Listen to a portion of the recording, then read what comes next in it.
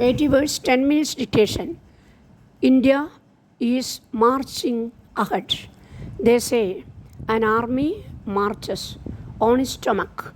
I would say a country in the present day marches on its industrial base.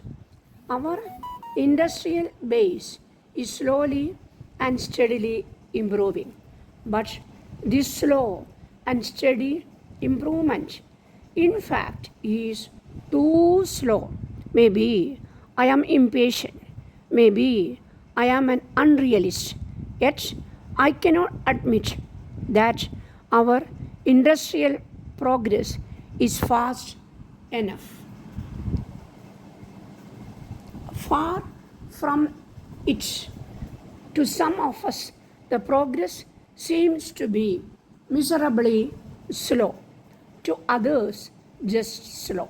Be it as it may, it cannot be denied that it could have been faster, and in future it should be faster.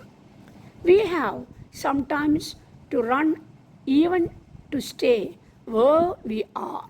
Merely moving on, however slow, will not do. Our movements must be brisk, they must be dynamic, they must be result yielding.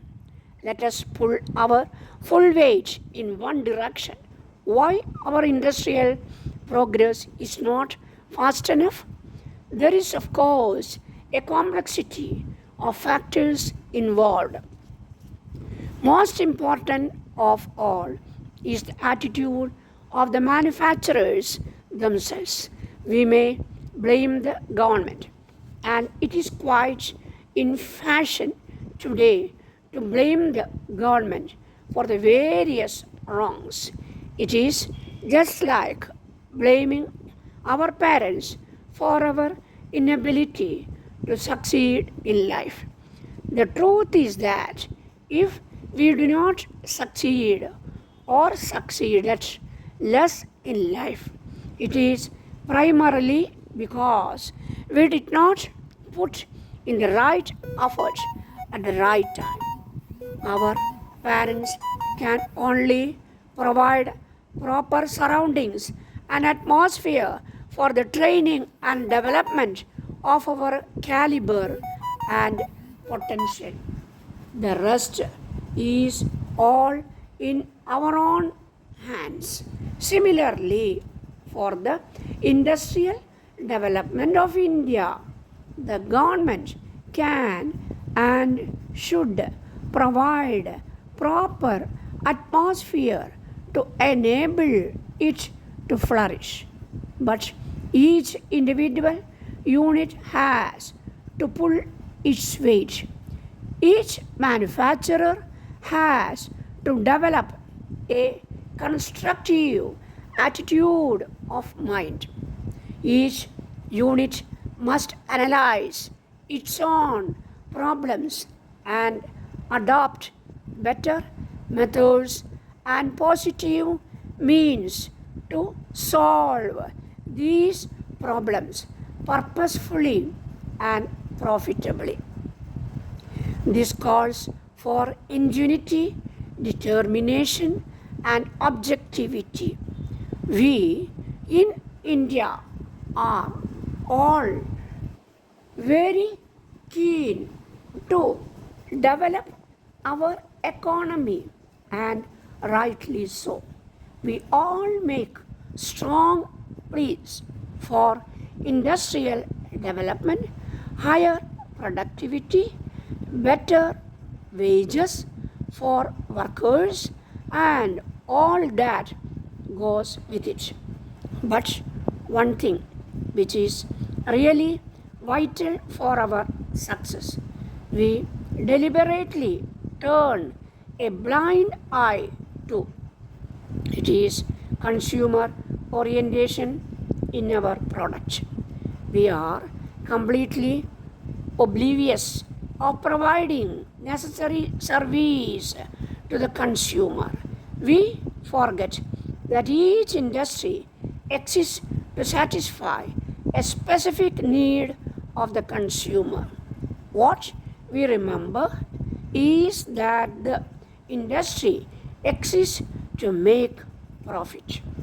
This is, in fact, like putting the cart before the horse. If we remember and endeavor to satisfy the consumer, we automatically ensure our profit.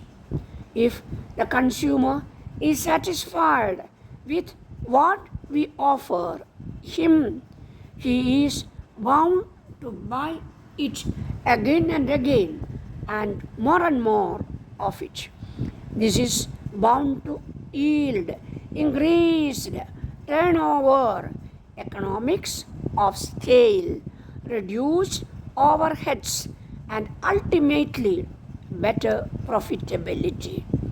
Thus, it is the consumer satisfaction which is the real determinant for greater industrial progress.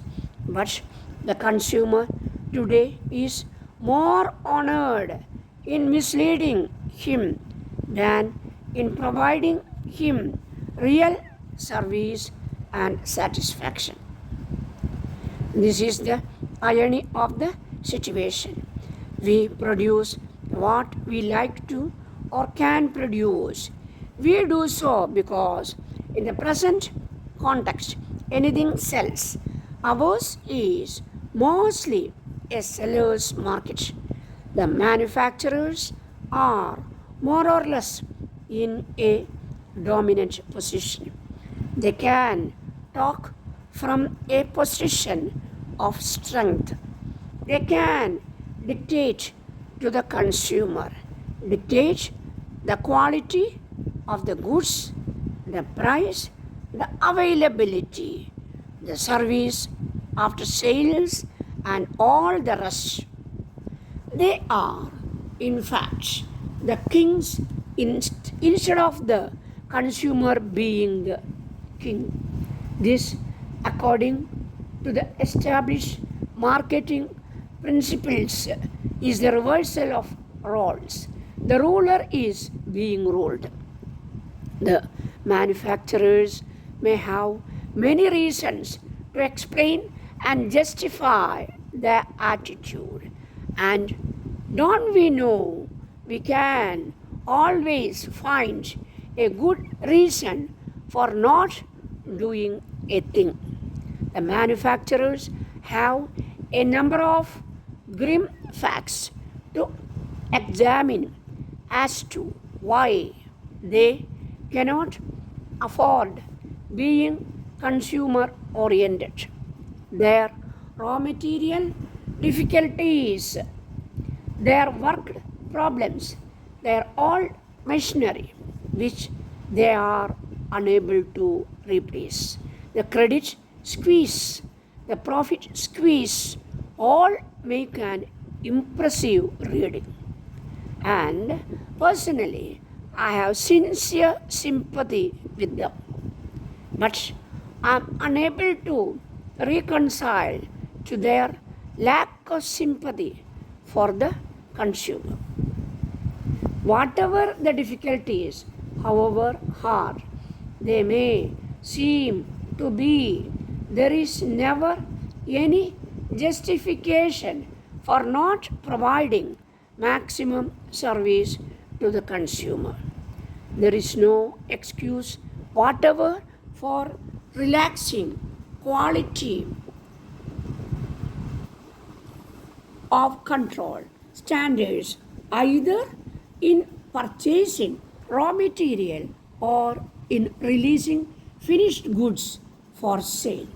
There is no justification at all for not improving the service or satisfaction to the consumer through one's products whenever one can. It is wholly excusable to be slack in providing service after sales facilities in the year. We must respect his choice, his lies, his urges, his aspiration and his hard earned money.